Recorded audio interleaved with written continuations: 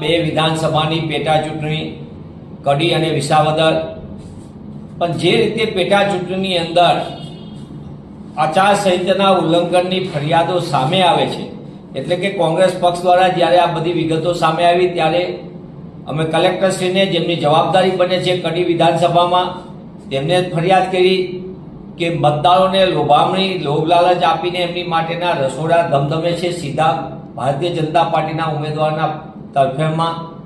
એ જ રીતે વિસાવદરની અંદર પણ કોંગ્રેસના પદાધિકારીઓને એમ કેમ પ્રકારે હેરાન કરીને એને દૂર કરવામાં આવી રહ્યા છે ત્યાંથી. સાથોસાથ વિસાવદરની અંદર ભાજપાના ઉમેદવાર જે પોતે મતદાન મથકની અંદર પોતાના પક્ષનું નિશાન ચિહ્ન સાથે પ્રચાર કરતો હોય તેવો પોતાનો ફોટો જ એમને ફેસબુક ઉપર કર્યો, જે અંગે પણ કોંગ્રેસ પક્ષ દ્વારા ચૂંટણી પંચમાં ફરિયાદ કરવામાં આવશે.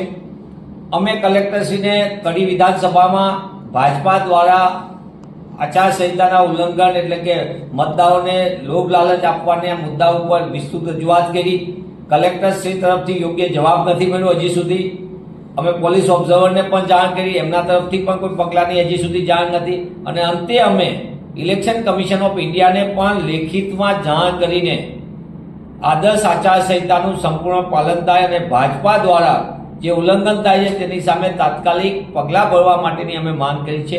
સમગ્ર દ્રષ્ટિએ ચૂંટણી પંચની ફરજ બને છે કે પારદર્શક રીતે ચૂંટણી થાય અને આદર્શ આચારસંહિતાનું સંપૂર્ણપણે પાલન થાય. પણ દુઃખ સાથે કહેવું પડે કે ચૂંટણી પંચમાં અને ખાસ કરીને સ્થાનિક અધિકારીઓ આ પેટા ચૂંટણીમાં ભાજપાના ખેસ પહેર્યા વિનાના સાથીદાર હોય તેવી રીતે કામ કરે તે ઘણું દુર્ભાગ્યપૂર્ણ છે.